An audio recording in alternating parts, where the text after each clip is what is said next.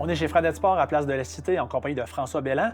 Je suis excité aujourd'hui parce qu'on va parler du tennis progressif. Ça va être extraordinaire comme segment. Vous allez avoir de l'information de grande qualité. Bonjour François. Salut Eric, ça va bien? Oui, Ben certainement. Merci d'être là. Parle-nous de ça tout de plaisir. suite. C'est génial avec les raquettes, les balles, le tennis progressif. Là. Ça vient d'Europe, évidemment, depuis plus d'une vingtaine d'années maintenant. Puis ça permet à nos jeunes, surtout les jeunes, là, de commencer rapidement à partir de 4 ans et d'être déjà capables de faire des échanges. Exactement. Donc, l'idée, c'est ça, c'est qu'au tennis, c'est un sport qui demande quand même des habiletés. Exact. C'est un sport qui est plus difficile à maîtriser. Donc, l'idée du tennis progressif, c'est de commencer avec des équipements qui sont plus accessibles pour évoluer vers une raquette adulte avec une balle normale. Exact. Donc, quand on commence au départ, quand le jeune, ça va dépendre de son âge, ça va dépendre des habiletés, effectivement. Puis ça va dépendre aussi de sa grandeur. Quand on parle d'un jeune de, je vous dirais, 4 à 6 ans, on parle d'une raquette et d'une balle comme ça, une raquette 19 pouces avec une balle en mousse. Ben oui. C'est parfait pour commencer. La raquette est plus petite, la balle est plus facile à maîtriser. C'est excellent.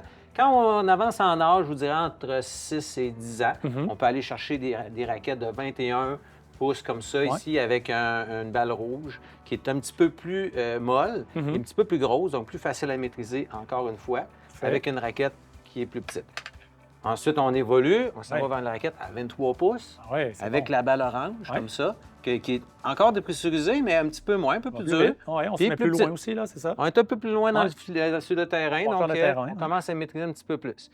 Ensuite, quand on est rendu proche vraiment de maîtriser à 100 on va aller chercher des raquettes à 25 ou 26 pouces comme ça ici, puis on va aller chercher une balle verte comme ça, qui est presque comme une balle normale, mais un petit peu plus molle. Oui, tu as raison, il manque un petit 25 François, maintenant, pour le test de la raquette, la longueur, qu'est-ce qu'on fait?